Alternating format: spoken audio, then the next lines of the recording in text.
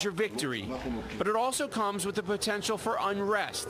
President Trump had hoped to launch a new round of U.S.-led peace negotiations next year, but those talks now look in doubt.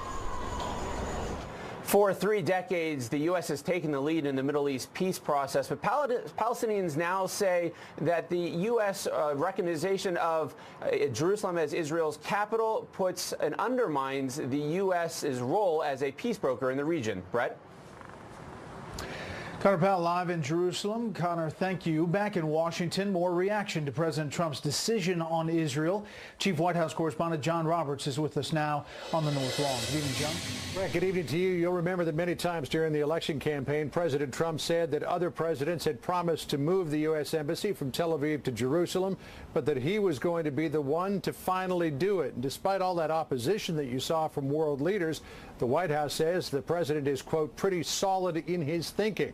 The news about the pending embassy move came on yet another busy day here at the White House, one that included another push to get tax reform across the finish line. It's a tremendous bill for jobs and for the middle class. With the Senate and House setting the process to reconcile the tax reform bills in Congress, President Trump kept up the drumbeat to get it done in time for Christmas, meeting with several Senate Republicans for lunch today. The taxes we're so thrilled about, so popular, and I think something is going to be coming out of conference pretty quickly as opposed to long term. I think it's going to go pretty quickly. We're all on the same page. There's a great spirit in the Republican Party like I've never seen before. The statement about unity was somewhat ironic, considering Arizona Senator Jeff Flake, whom the president has consistently derided, was seated uncomfortably to his left. Mr. President, thank you so much. Later, meeting with small business owners and their families, President Trump touted the benefits of tax reform for the American engine that truly drives job creation. They want to see tax cuts. They want to see jobs. They want to have choice. You know, in education, we talk about choice.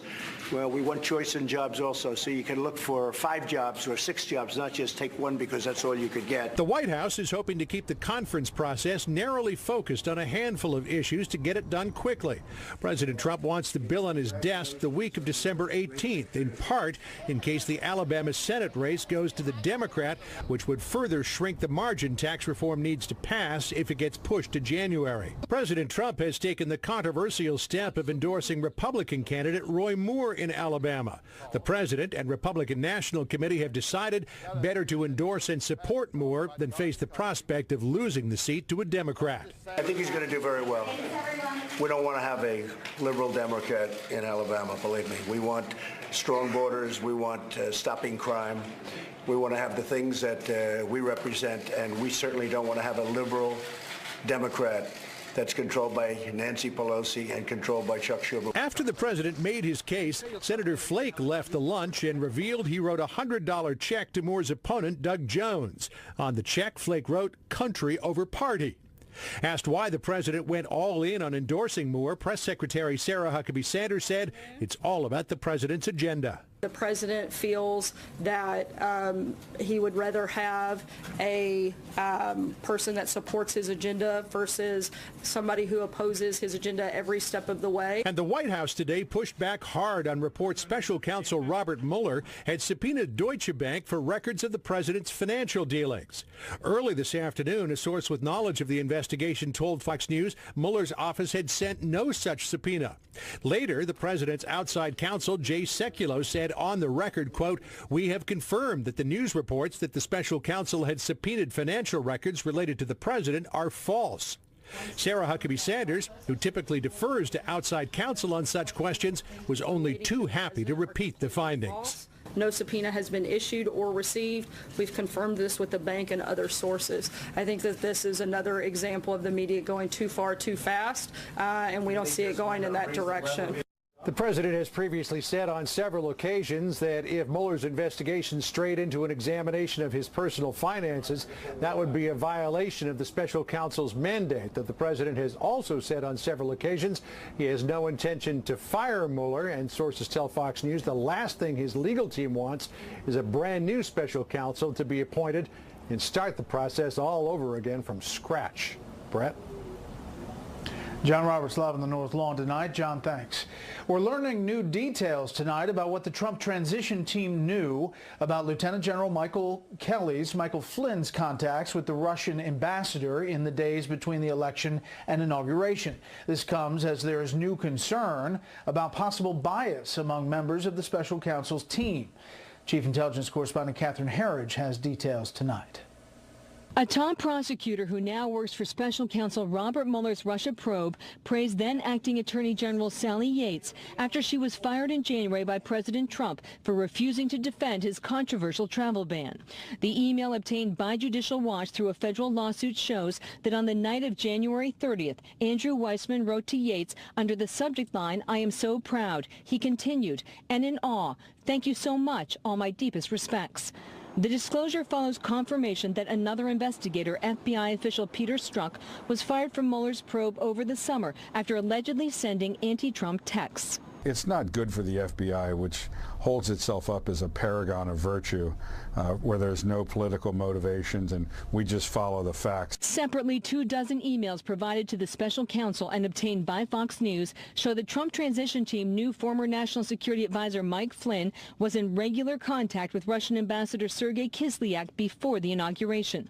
But the records also suggest Flynn did not disclose the full extent of his conversations about sanctions imposed by the Obama administration for Russia's meddling in the 2016 election. A day after the Washington Post first reported Flynn's late December phone call with Kislyak, Flynn's deputy K.T. McFarland advised 3 topics in call, from condolence to Russians for the assassination of a diplomat to scheduling a congrats call between the Russian president and Mr. Trump to a conference on Syria. Flynn pled guilty Friday to lying to the FBI about the call. Also on January 13th, Flynn gave a similar explanation to another transition official. "I'm trying to establish a relationship and set up a post-inauguration call between Presidents Trump and Putin, but nothing was agreed to." At the time, the State Department spokesman said there was no issue with transition team outreach to foreign leaders, including Russia. We stand ready if they want to work through the State Department to contact some of these individuals, but we have no comment or no problem with them doing such on their own. Flynn's legal team has been silent about Friday's guilty plea. Contacted by Fox News, Flynn's lawyer had nothing to add about the fired FBI agent who oversaw Flynn's interviews and the possible legal impact. Bret? Catherine, thank you. House and Senate negotiators are about to start working on a unified tax reform bill. But there was not a lot of compromise in the air on Capitol Hill today. Chief Congressional Correspondent Mike Emanuel tells us where things stand right now. This is monumental reform, and we're doing it the right way. But on the routine vote to approve a tax reform conference, some House conservatives nearly blew it up. The House will come to order. Republican leadership supports a 2-week government funding extension to buy more time to finish up year-end fiscal issues. Members of the Conservative Freedom Caucus were fighting for an extension until December 30th, feeling like the holiday rush can produce lousy deals. Usually we load up the Christmas tree at the end of the year with Democrat votes. We want to avoid that scenario. Late today, Freedom Caucus members acknowledged rank-and-file Republicans don't support a longer extension.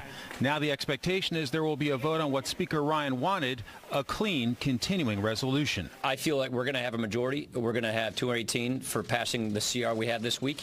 We're having a good conversation with our members. The Senate Majority Leader also didn't show any interest in shifting gears. What we anticipate is a 2-week CR into December 22nd. Which ought to give us a little room to talk about provisions that are going to be part of the year-end spending measure. That sets the stage for a meeting of the Big Four members of Congress with President Trump on Thursday after Democrats Chuck Schumer and Nancy Pelosi backed out of last week's meeting. We showed the president no games. This is serious stuff. We think he learned, and he invited us back this week. On tax reform, with Republicans more unified, Democrats sound more desperate. It is the end of the road. This health care, the debate on health care is life-death.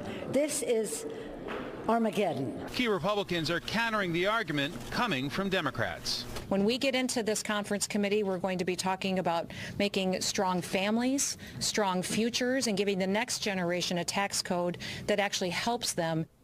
GOP leadership sources say Republicans share the same goals on policy. At the end of the year, there was just a disagreement on tactics, and most didn't see any advantage to saving fights until just after Christmas. Bret? Mike Emanuel on the Hill. Mike, thanks. Let's get some analysis now from former House Speaker Newt Gingrich, author of the new book, Understanding Trump. He joins us from Arlington, Virginia tonight. Mr. Speaker, thanks for being here. Oh, Bret, it's good to be with you. You know, listen, you've been through a number of these battles, these fiscal cliffs in your time. How do you look at this about, one, getting tax reform across the finish line, whether Republicans can do that, and two, dealing with all of the loose ends on funding the government? Well, they'll both be a little bit of a mess. The tax bill will be less of a mess. I think they're very close to working out a deal. I think they probably will meet the president's goal of getting it on his desk the week of the 18th. I think that's very good for the American economy. We're already up above 3% real growth. I think with this tax bill coming into effect next year, I wouldn't be at all surprised to see us get to 4%, which means more jobs, more take-home pay. Really a good news for the Republicans going into the election. I think on the end of the year process, a 2-week clean continuing resolution, if the Democrats will agree to it in the Senate. I agree that Senator or Speaker Ryan, he can pass it in the House. If they can get an agreement to do that in the Senate, then you're going to have, as soon as the tax bill's over, you're going to have about a week of really hard-nosed negotiating. They're going to have to get some Democratic votes. I suspect it'll leave some Republicans unhappy. But in the end, I think no one has an interest in closing the government, and so I suspect they will finally, around the 22nd, 23rd, 24th. I once was here at Christmas Eve, still voting, so I wouldn't be shocked if it took them that long, but I think they'll get it done. Yeah, Obamacare was Christmas Eve as well on the Senate side. Let me ask you about where Democrats are, because there's some criticism that they say the Republican Party of old is now hypocritical. Here is Congressman Maloney today. New rule. After today, the Republican Party can choose to support massive new debts, and it can support politicians who abuse kids, but it cannot lecture the rest of us about it. The rest of us have listened to our last lecture from Republicans about family values or fiscal discipline. From now on, that party has no credibility on either issue. Speaker Gingrich. Well, first of all, without getting off onto all sorts of innuendo, I would say the news of the last couple of weeks, the Democrats aren't in much position to lecture anybody about personal behavior. But in terms of long-term growth, look, Ronald Reagan convinced the Republican Party, along with Jack Kemp, back in the late 1970s, that economic growth, a bigger economy, more revenue, was the key to the future. And Reagan launched what was almost 20 years of economic growth. People had more take-home pay. They had a better future. As the president said in an earlier segment that you had, Bret, when people get to choose between 4, 5, or 6 jobs, they're a lot happier than if there's only one job or no job available. So the Republican gamble is very straightforward. If you stimulate the economy, if you encourage small business, if you give tax cuts to the middle class, can you get so much economic growth that you begin to move America back on a track where the sheer size of the revenue stream begins to pay down the debt? We did it in the 90s. I'm the only speaker in modern history to author 4 straight balanced budgets. We know it can work because it did work. I think Paul Ryan has the same goal, and I think that President Trump has that goal. It'll take 5 or 6 years. But if this economy starts to roar, you're going to see a flood of money come in, and you're going to see, because the economy's bigger, not because we raised taxes, but because we created jobs. Let me ask you about this investigation and where you see it, the Mueller investigation, what we're learning about his team, past and present, and where it is going. This is a level of corruption and dishonesty beyond anything I would have expected a year ago. You take everything that happened with Hillary Clinton, the fact that they deliberately interviewed her without putting her under oath, and you take everything she did, and it's General Flynn, who served his country in uniform for 35 years, who's guilty. He's guilty of what? Apparently of not being totally accurate in describing an interview which probably the FBI actually had a tape of. Talk about a setup. I think that Michael Ledeen wrote an article today that was exactly right. Flynn was faced with bankruptcy. He was faced with a threat legally to his son. He cut a deal to get it over with. I think it is a sad day for America when the Federal Bureau of Investigation allows itself to be this corrupt. I cannot imagine that any American believes that if the same standard had been applied to Hillary Clinton, that she wouldn't have been found guilty over and over and over. But it wasn't the same standard, and we now know why.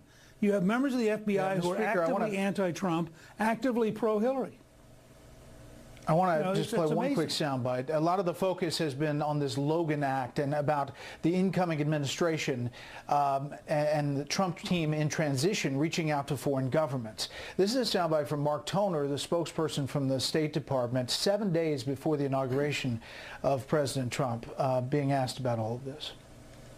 This building doesn't see anything necessarily inappropriate about contact between members of the incoming administration and foreign officials, no matter what country they're from, right? No.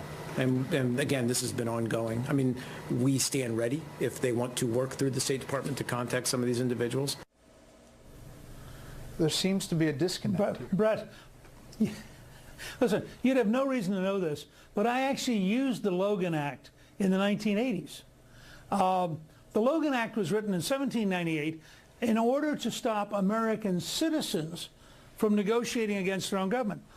But Flynn was the nominated national security advisor of a newly elected president. He was not approaching the Russians as a private citizen. He was approaching the Russians at the direction of the president-elect in his role as a member of a government transition team. So the Logan Act would never apply to Flynn.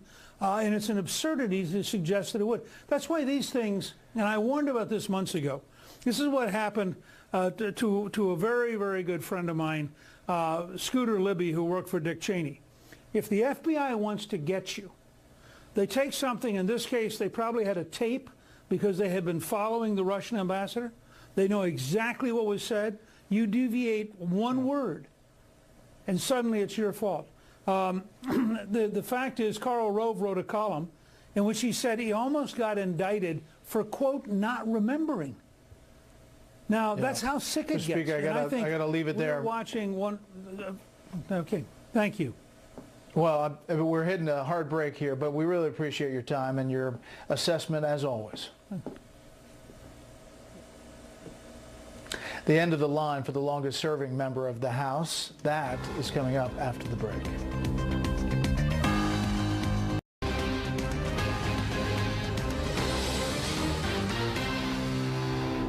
Border crossings have plunged to a 45-year low, while arrests by deportation officers have soared since President Trump took office. Those are the highlights from figures released today by Immigrations and Customs Enforcement. The Border Patrol made almost 311,000 arrests during the fiscal year ending September 30th. That's down 25% from a year earlier and the lowest level since 1971. ICE officers made 143,000 arrests for deportation, a 25% increase. Stocks were down today. The Dow lost 109. The S&P 500 dropped 10. The Nasdaq fell 13. A steady stream of sexual harassment allegations has taken down Michigan Democratic Congressman John Conyers, who was the longest-serving member of Congress. He announced his retirement today. Correspondent Matt Finn has the story and reaction from Detroit. I am retiring today, and I want everyone to know how much I appreciate the support, the incredible, undiminished support I've received across the years. The longest-serving member of the U.S. House of Representatives, 88-year-old Democrat John Conyers, announced he's stepping down amid sexual harassment allegations and poor health. At least 3 women, including former aide Marion Brown, allege Conyers sexually harassed them. Conyers denies their claims. The congressman did agree to a $27,000 settlement with Brown, but Conyers' attorney says it was not an admission of guilt, but a settlement to spare everyone expensive litigation. The announcement from the Dean of the House rippling through Washington. This is a sad end to a long career, but I hope that we will not forget what he has contributed to our country. I did call for his resignation last week early, but I do believe that we as Democrats have the obligation to make sure that we are consistent. Conyers endorsed his son to take his seat, but he cannot appoint his successor. That's up to voters.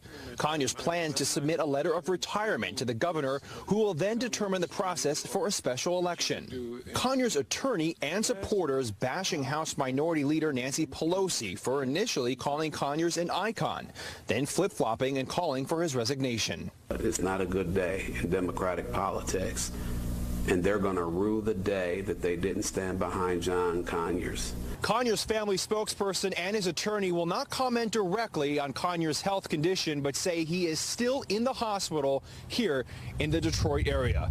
Bret? Matt Finn in Detroit. Matt, thank you. Up next, religious freedom versus freedom from discrimination. The Supreme Court hears a significant case. We'll bring you that. First, what some of our Fox affiliates around the country are covering tonight. Fox 11 in Los Angeles, where ferocious winds are whipping up an explosive wildfire that has prompted evacuation orders for nearly 8,000 homes. At least 150 structures and 46,000 acres have burned so far. One firefighter has been injured. Fire is also being blamed for a car accident that killed one person. WDRB in Louisville as China lifts a ban on importing Kentucky racehorses. For the last 2 years, China put a hold on trading live horses with the U.S. over concerns about the spread of disease. And this is a live look at Chicago, where the big story from Fox 32, our affiliate there, is former President Obama's address to a mayor's conference. The subject, climate change. Mr. Obama says cities, states, and nonprofit groups have emerged as what he calls the new face of leadership on climate change. That's tonight's live look outside the Beltway from Special Report. We'll be right back.